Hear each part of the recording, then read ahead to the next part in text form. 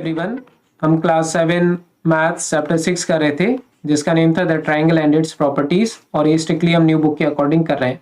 देखिए, इसकी previous video में हमने एक्सरसाइज 6.4 कंप्लीट की थी। आज हम स्टार्ट करेंगे एक्सरसाइज 6.5। एक्सरसाइज 6.5 स्टार्ट करने से पहले हमें एक थ्योरम पढ़नी रहेगी ट्राइंगल की, जिसको बोलते हैं हम पाइथागोरस थ्योरम। पाइथागोरस थ्योरम पे हमारी कंप्लीट एक्सरसाइज 6.5 डिपेंडेंट है। क्लियर? तो ये हम थ्योरम पढ़ेंगे, उस बेसिस पर ही हमारी एक्सरसाइज सॉल्व हो सकती है। और ये पाइथागोरस थ्योरम काफी इंपॉर्टेंट है, क्योंकि आगे आने वाली क्लासेस जितनी भी आप क्लास पढ़ेंगे वहां पे पाइथागोरस थ्योरम आपको देखने को जरूर मिलेगी। तो इसको बहुत सीरियसली, बहुत अच्छे से पढ़ना। सबसे पहला पाइथागोरस थ्योरम जो होती है वो हमेशा राइट एंगल ट्राइंगल पे लगती है। Clear? It is always applicable on a right angle triangle. Right angle triangle क्या होता है? वो ट्राइंगल जिसमें एक 90 डिग्री वाला एंगल हो। क्लियर? ये 90 डिग्री वाला एंगल हो, वो होता है हमारा राइट एंगल ट्राइंगल। हम सब जानते हैं ट्राइंगल में 3 साइड्स होती हैं। क्लियर? लेकिन जो राइट एंगल ट्राइंगल होते हैं उनकी जो 3 साइड्स होती है उनके नेम फिक्स रहते हैं।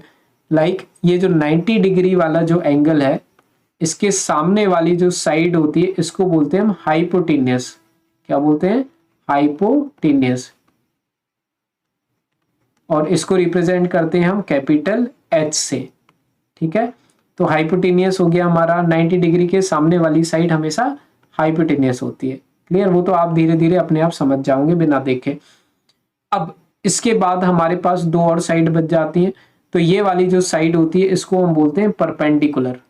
क्या बोलते हैं? परपेंडिकुलर। परपेंडिकुलर। और इसको रिप्रेजेंट करते हैं हम कैपिटल P से। क्लियर? बची हुई जो लास्ट वाली नीचे वाली साइड है इसको बोलते हैं हम बेस। ठीक है? इसको हम बेस, और इसको रिप्रेजेंट करते हैं B से। अब हाइपोटेन्यूस, परपेंडिकुलर और बेस, ये 3 साइड होती हैं हमारी राइट एंगल ट्राइंगल की। अब इसके बाद क्या होता है इसमें पाइथागोरस थ्योरम के according to Pythagoras theorem, hypotenuse का अगर मैं स्क्वायर कर दूं तो वो किसके इक्वल होता है? P के स्क्वायर के प्लस B के स्क्वायर के।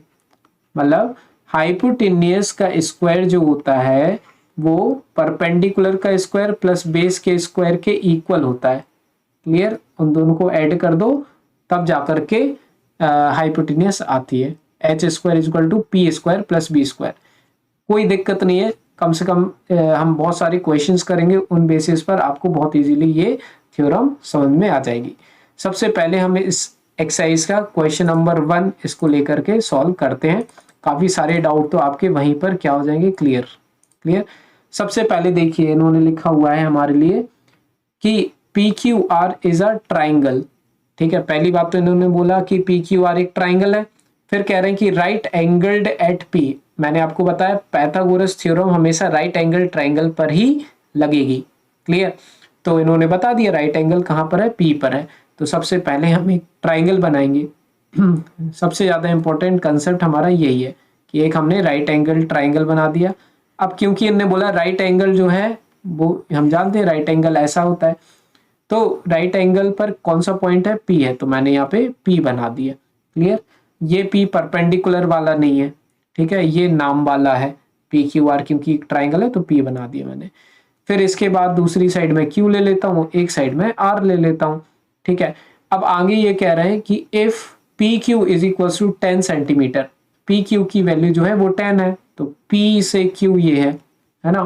तो ये हमारी है 10 सेंटीमीटर, तो यहाँ पे मैं 10 सेंटीमीटर बना देता हूँ। ठीक है? उसके बाद ये कह रहे हैं हमसे PR जो है वो 24 है। अब PR कहाँ पर है? ये है P और ये है R, तो PR की वैल्यू जो है वो है हमारी कितनी? 24 सेंटीमीटर। ये भी लिख दिया। फिर इसके बाद ये कह रहे हैं कि फाइंड QR निकाल के बता दो हमें। QR कौन है? ये Q और ये R, मतलब ये तो हाइपोटेन्यूस है हमारी। क्लियर? तो मैं इसको QR को मैं H भी बोल सकता हूँ। ठीक है? QR को मैं क्या बोल सकता हूँ? H भी बोल सकता हूँ, क्योंकि हम जानते हैं हाइपोटेन्यूस है। और इसी तरीके से PR हमारी क्या हो जाएगी? बेस होती है, ये मैंने अभी अभी आपको बताया। और ये PQ हमारी जो है या फिर QB जो है हमारी, ये परपेंडिकुलर हो जाएगी। ठीक है?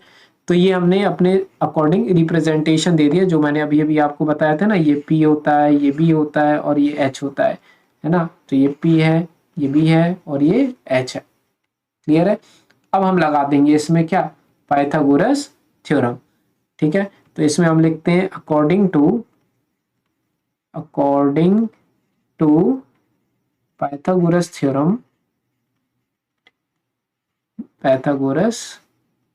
थ्योरम, ये लिखना भी जरूरी है। ठीक है, कि हमने पाइथागोरस थ्योरम ली है। क्या होता है, H square is equals to P square plus B square, ये हम जानते हैं। ये देखिए मैंने अभी अभी आपको बताया, H square is equal to P square plus B square, तो हमने ये लिख दिया। अब h की तो वैल्यू जो है वो हमें निकालनी है, क्योंकि h ही तो हमारा क्यू आर है। क्लियर, h ही हमारा, ये जो h है वो हमारा है क्या, यही तो है क्यू आर। ये लेंथ जो है h जो है हमारा वो क्यू आर है। तो h की जगह अगर मैं चाहूँ तो क्या लिख सकता हूँ, क्यू आर का स्क्वायर भी लिख सकता हूँ। अब मुझे आप बताइए p की जगह मैं क्या लिख सकता हूँ। इस p की जगह मैं क्या लिख सकता हूँ, p की जगह मैं लिख सकता हूँ पी क्यू, पी की जगह मैं पी क्यू लिख सकता हूँ ना, क्योंकि ये जो है वो परपेंडिकुलर ही तो है। तो पी की जगह मैंने क्या लिख दिया, पी क्यू का स्क्वायर, ये ब्रैकेट में लिखेंगे, प्लस बी की जगह अब बताइए मुझे क्या लिख सकता हूँ, इस बी की जगह मैं क्या लिख सकता हूँ, है ना। तो यहाँ पे मैं लिख सकता हूँ पी आर, क्योंकि बेस हमारी, देखिए दो तरीके से आप नेम दे सकते हैं, या तो एच लिख सकते हो या फिर क्यू आर लिख सकते हो। मतलब ये क्यू आर जो हो गया वो फुल नेम हो गया, और ये जो हो गया वो शॉर्ट नेम हो गया। ठीक है, तो उससे आप कंफ्यूज नहीं होना, दोनों तरीके से आपको लिखते आने चाहिए, बस ये है। बी की जगह मैं क्या लिख सकता हूँ, पी आर लिखता हूँ मैं, बी की जगह मैं क्या लिख रहा हूँ, पी आर, तो पी आर का स्क्वायर ये लिख दिया हमने। क्लियर है। अब हम क्या करते हैं, 1 मिनट, अब इनकी वैल्यू पुट कर दो। क्लियर, इन सब की वैल्यू पुट कर दो। तो वैल्यू पुट करने के लिए हमारे पास क्या क्यू आर की वैल्यू है, क्यू आर तो हमें ऑलरेडी निकालना है। ठीक है, तो क्यू आर की वैल्यू नहीं है तो हम कहाँ से पुट करेंगे, तो वो मैं एज इट इज लिख देता हूँ क्यू आर का, तो मैं क्यू आर का स्क्वायर लिख देता हूँ। ठीक है, क्योंकि थ्योरम के अकॉर्डिंग स्क्वायर है। फिर इसके बाद आ जाता है मेरा पी क्यू। पी क्यू की वैल्यू है क्या मेरे पास, तो पी क्यू की तो है मेरे पास 10, या फिर क्वेश्चन में अगर आप देखेंगे ध्यान से तो पी क्यू देखिए मेरे पास दिया हुआ है कितना, पी क्यू 10 दिया हुआ है, तो मैं यहाँ पे 10 लिख दूंगा, 10 का स्क्वायर। और पी आर जो है मेरे पास वो भी गिवन है, देखिए ध्यान से, पी आर की वैल्यू 24 है, तो मैं यहाँ पे क्या लिख दूंगा, पी आर की जगह 24 का स्क्वायर। ठीक है, अब क्यू आर का स्क्वायर जो है वो मैं एज इट इज लिखूंगा, क्यू आर का स्क्वायर क्यू आर ही लिखे रहने देता हूँ। 10 का स्क्वायर, स्क्वायर मतलब क्या होता है, 10 का स्क्वायर का मतलब हो जाए 10 और 10 वही नंबर दो बार मल्टीप्लाई करना है, तो 10 10 जा होता है 100, तो 10 का स्क्वायर में क्या लिख सकता हूँ, 100। क्लियर। इसी तरीके से 24 का स्क्वायर पूछ रहे हैं, 24 का स्क्वायर मतलब हो जाएगा 24 मल्टीप्लाई बाय 24, मतलब दो बार 24 को मुझे मल्टीप्लाई करना पड़ेगा, तो फिर मैं मल्टीप्लाई करके देख लेता हूँ। 4 4 जा 16, 4 2 जा 8 प्लस 1 9, 4 2 4 जा 8, 2 2 जा 4, तो 576 आ रहा है, 24 इंटू 24, तो 576। अगर आप एक स्टेप और बढ़ाना चाहते हैं यहाँ पे, तो 10 का स्क्वायर मतलब होता है 10 इंटू 10, तो 24 का स्क्वायर होता है मतलब 24 इंटू 24। ठीक है, इससे और ज़्यादा आपको समझ में आ जाएगा। ये मैंने एक स्टेप और बढ़ा दिया मतलब, ठीक है, 10 10 जा हमारा क्या हो गया, 100। क्लियर। इसके बाद आ जाते हैं हम Q R square equals to 100 plus 576, कितना हो जाएगा, 676। अब ये जो वैल्यू आई है मेरी, ये जो हमारे पास वैल्यू आई है वो आई है क्यू आर के स्क्वायर की, ये स्क्वायर है ना, ये प्रॉब्लम क्रिएट कर रहा है। तो इसको हमें क्या करना पड़ेगा, स्क्वायर को तो हटाना पड़ेगा, क्योंकि मुझे तो सिर्फ क्यू आर की वैल्यू चाहिए। तो जब भी स्क्वायर हटता है ना, तो दूसरी साइड अंडर रूट लग जाता है, क्या लग जाता है, अंडर रूट। तो क्यू आर की वैल्यू जो रहेगी ना वो ऐसी हो जाएगी, अंडर रूट 676। अब मुझे क्या करना पड़ेगा, ये अंडर रूट हटाना पड़ेगा। क्लियर। अब अंडर रूट कैसे हटाते हैं उसको समझिए। ये जो वैल्यू है इसको आपको क्या करना पड़ेगा, प्राइम फैक्टराइज करना पड़ेगा, मतलब prime factorise in the sense ये आप रफ वर्क में करेंगे कहीं साइड में, 676। क्लियर। तो 2 3 जा 6, 2 3 जा 6, 2 8 जा 16, फिर 2 से करेंगे, 2 1 जा 2, 2 6 जा 12, 2 9 जा 18, फिर ये आ जाएगा मेरा 13 13 13 जा और 13 बन जा।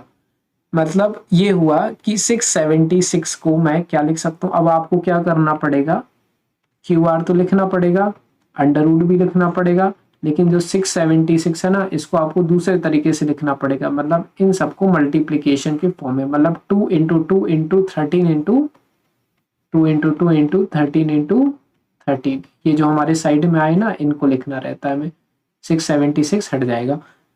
इसके बाद आपको दो दो के पेयर बनाने पड़ेंगे।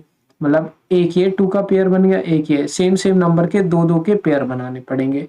इससे होगा ये कि इसमें से ये जो 2 का एक पेयर बना है, ये वाला जो 2 का एक पेयर बना है, इसमें से एक 2 क्या हो जाएगा, बाहर आ जाएगा अंडर रूट के। इन द सेम मैनर ये जो 13 का एक पेयर बना है, इसमें से भी एक 13 क्या होगा, बाहर आ जाएगा। क्लियर। तो अल्टीमेटली हमारे पास बचेगा क्या, बचेगा हमारे पास क्यू आर की वैल्यू 2 इंटू 13, और ये होता है हमारा 26। तो क्यू आर की वैल्यू हमारे पास फाइनली क्या आ गई, 26 आ गई। तो आपको क्या करना है, जो भी दिया हुआ है, पहले तो राइट एंगल वाला डायग्राम, देखिए डायग्राम बहुत इंपॉर्टेंट है। पहले डायग्राम बनाइए, उसके पास उसमें मेंशन करिए कि कौन है हाइपोटेन्यूज, कौन है बेस, कौन है परपेंडिकुलर। फिर उसके बेसिस पर आप लगा दो पाइथागोरस थ्योरम। पाइथागोरस थ्योरम के बाद आप एनालाइज करो कौन कौन सी वो साइड है, उसके अकॉर्डिंग उनकी वैल्यू पुट कर दो और उनका स्क्वायर कर दो। उसके बाद उसको सिंप्लीफाई करना है। हालांकि यहाँ जरूर थोड़ी सी प्रॉब्लम आ सकती है आपको, लेकिन उसका भी मैंने आपको तरीका बताया। कम से कम 2 से 3 बार सेम वीडियो देखोगे तो आपको बहुत अच्छे तरीके से समझ में आ जाएगा। ठीक है, 1-2 बार रिपीट करके देखिए वीडियो, तो बहुत अच्छे तरीके से आपको ये क्लियर होगा। क्लियर। साथ ही साथ आगे के क्वेश्चन करोगे तो और ज़्यादा अच्छे तरीके से समझ में आ जाएगा, और अच्छे तरीके से क्या हो जाएंगे, ये सारे कंसेप्ट क्लियर हो जाएंगे। बाकी सारी वीडियोस रहेंगी डिस्क्रिप्शन में। पाइथागोरस थ्योरम बहुत इंपॉर्टेंट है, कम से कम अच्छे तरीके से समझ में आ जानी चाहिए आपके लिए ये। क्लियर। बाकी मिलते हैं बच्चों नेक्स्ट वीडियो में। बाय।